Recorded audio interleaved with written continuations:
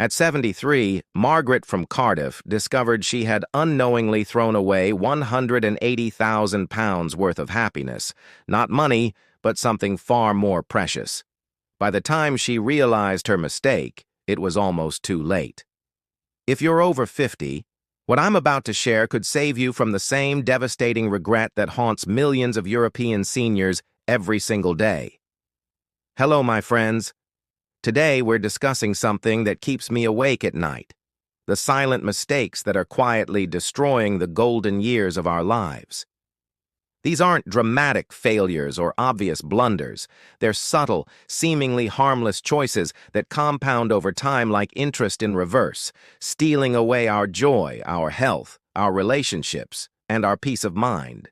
I've spent years researching this topic, and what I've discovered is both heartbreaking and hopeful. 97% of older adults in Europe are making at least one of these 8 critical mistakes. But here's the beautiful truth. Every single one of them is completely preventable, and it's never too late to change course.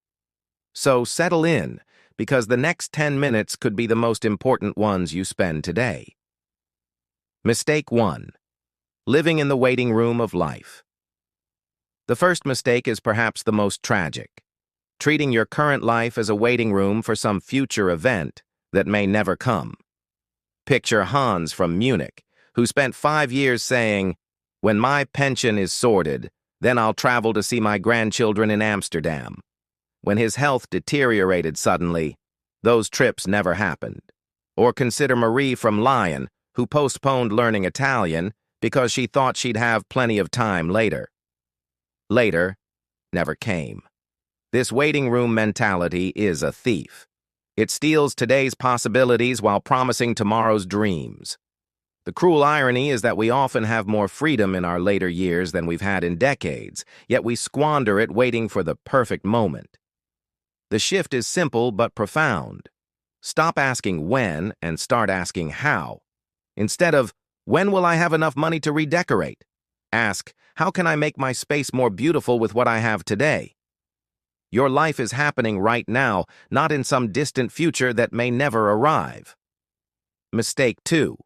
Isolating yourself from meaningful connections. The second mistake is allowing pride and routine to build invisible walls around your life. After retirement, it's frighteningly easy to slip into isolation. Your colleagues are gone, your daily structure has vanished, and suddenly you realize you haven't had a meaningful conversation in weeks. In Britain, this has become so common that loneliness among seniors is now considered a public health crisis equivalent to smoking 15 cigarettes a day. I know a gentleman from Amsterdam who told me, "I used to be the life of the office. Now I go days without speaking to another soul." His health began declining not from illness, but from the slow poison of isolation. But here's what many don't realize. Connection requires courage. Especially as we age. It means admitting you're lonely, reaching out when you feel awkward, and risking rejection. It means joining that book club even though you don't know anyone, or calling that old friend even though 20 years have passed. The solution isn't waiting for others to reach out, it's becoming the person who reaches out first. One genuine connection can light up weeks of your life. Don't let false pride rob you of human warmth. Mistake 3. Ignoring your body's early warning signals.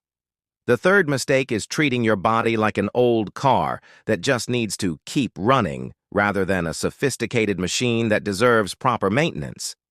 Too many European seniors dismiss warning signs as just getting old. That persistent back pain becomes normal. The breathlessness climbing stairs is accepted. The memory lapses are shrugged off, but your body is constantly communicating with you, and ignoring these messages is like ignoring smoke before a fire.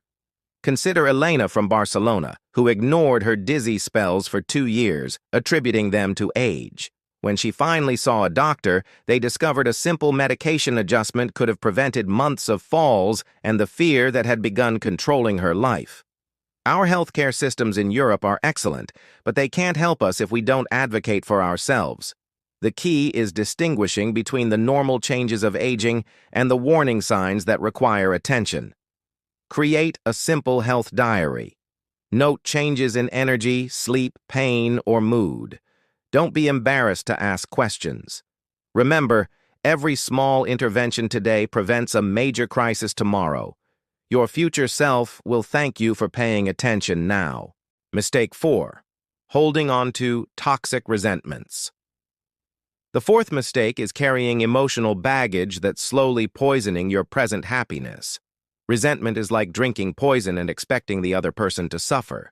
Yet so many of us are walking around with decades-old grudges, nursing wounds that keep us trapped in the past.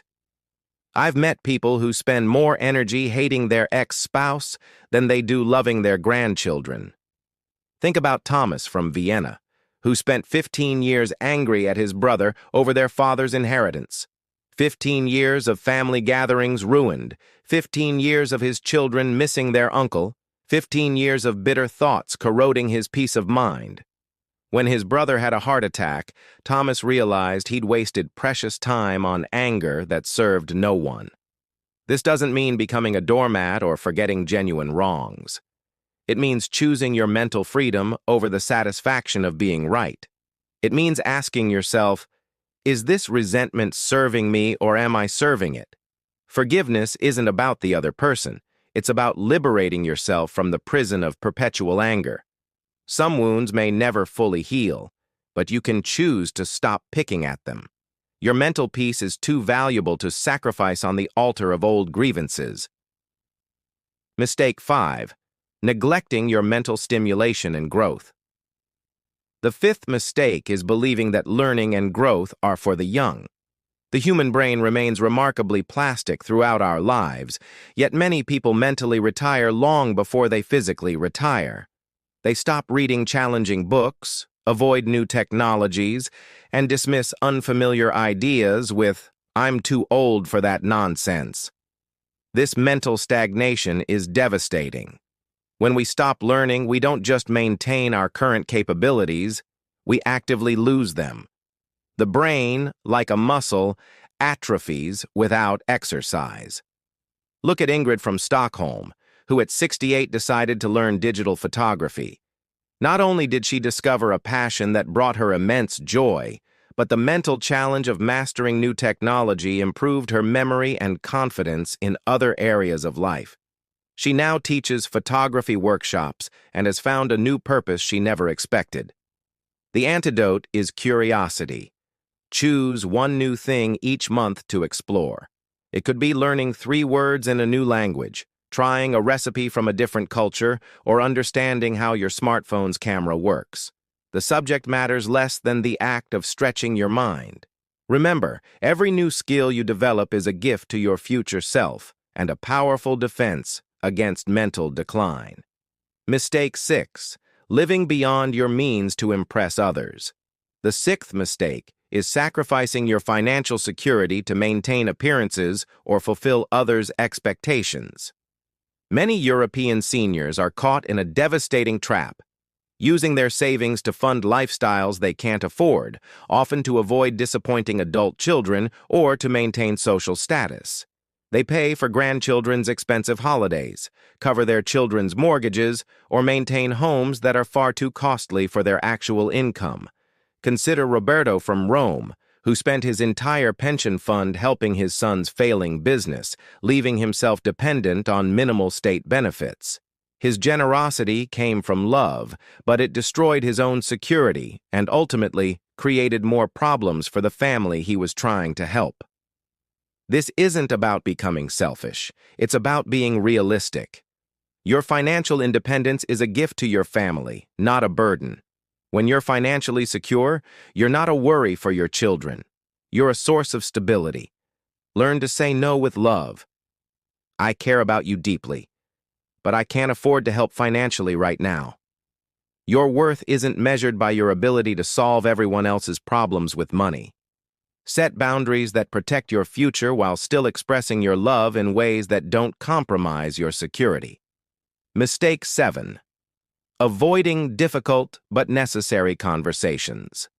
The seventh mistake is postponing conversations that become more difficult and more important with each passing day. We avoid discussing our health wishes with our families. We don't talk about inheritance plans.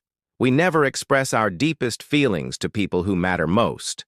We assume there will always be time for these conversations, but time has a way of running out when we're not paying attention. The most heartbreaking stories come from families torn apart after a death because no one knew what their loved one really wanted, or adult children who never heard their parents say, "I'm proud of you," because those words were saved for someday. Maria from Lisbon told me she waited 40 years to tell her daughter how proud she was of her choices. When she finally said it, her daughter broke down crying, saying, "I've waited my whole life to hear that. Start today. Have the conversation about your medical wishes. Tell someone you love them. Express gratitude that's been left unspoken. Ask forgiveness for old mistakes. These conversations require courage, but the peace they bring is immeasurable. Don't let fear of awkwardness rob you of connection.